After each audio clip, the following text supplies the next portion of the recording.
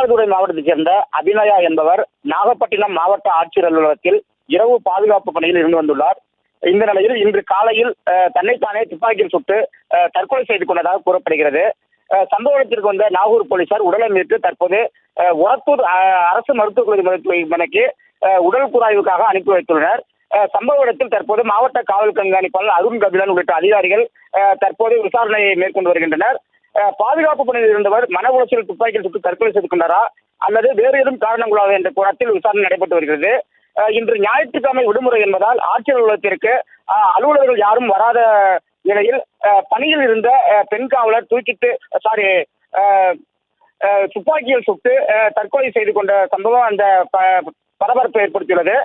மேலும் இந்த தற்போது மேற்கொண்டிருக்க விசாரணையில் பெண் காவலர் குடும்ப பிரச்சனை இருந்தாரா இல்லது ஆட்சியர் அலுவலகத்தில் அலுவலர்கள் யாரும் இல்லாத காரணத்தில் வேற ஏதாவது சம்பவங்கள் நடந்து அந்த தன்னைத்தானே துப்பாக்கியில் சுட்டு தற்கொலை செய்து கொண்டாரா என்ற ஒரு போலீசார் மத்தியில் ஒரு பேச்சு பொருளாக இருக்கிறது. தற்போது விசாரணை நடைபெற்று வருகிறது. இந்த விசாரணை முடிவடைந்த பிறகு அந்த பெண் காவலர் எதற்காக துப்பாக்கியில் சுட்டு தற்கொலை செய்து கொண்டார் என்ற தகவல் வெளியாகும். விவரங்களுக்கு நன்றி.